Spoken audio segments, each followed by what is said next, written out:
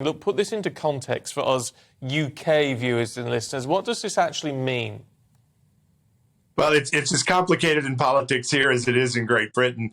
Basically, what this congressional panel, which is, as you mentioned, 7 Democrats and 2 Republicans, but it is 2 decidedly anti-Trump Republicans. There really weren't both sides presented to this committee. And if the president does not comply with the subpoena they wish to issue to him, then they may find him in contempt of Congress.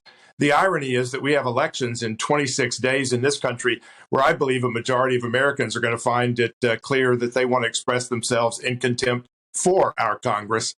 This is only political theater. It's not going to change the dynamics of the upcoming elections. And I think Americans are focused more on inflation, on high gas prices, the potential for a world war, for, spawning from Ukraine. There are a lot more important issues, I think, to most of the voters.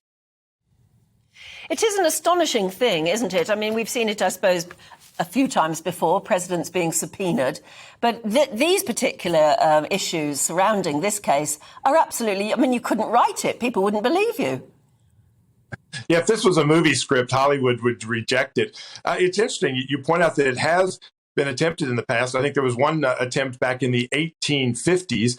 And before that, it was in the very early days of the American constitutional republic. So this is not something that's happened. And again, I don't think it's bearing fruit for the Democrats as they continue their anti-Trump efforts. When you see Joe Biden's numbers are extremely poor, candidates are running away from him, while candidates for office are wanting to bring President Trump in to endorse them.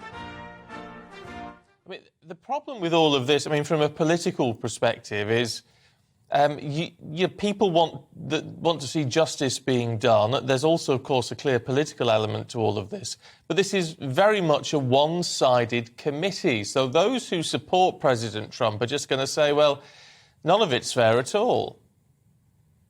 Yeah, and there was no, and I come this as a lawyer as well, there was no cross-examination, no critical examination of what witnesses who have testified have said. The Democrats actually hired a former Hollywood producer to basically script this and film it and put it together like theater, which is what it is.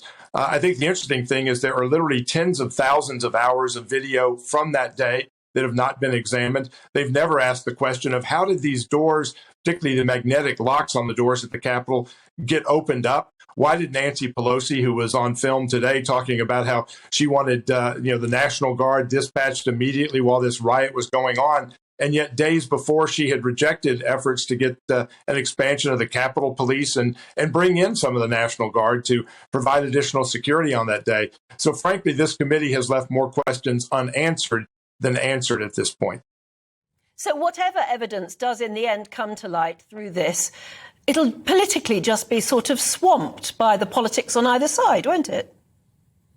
Yeah, and by every expectation right now, the Democrats have about a 5-seat out of 435 seats in our House of Representatives. They have about a 5-seat majority.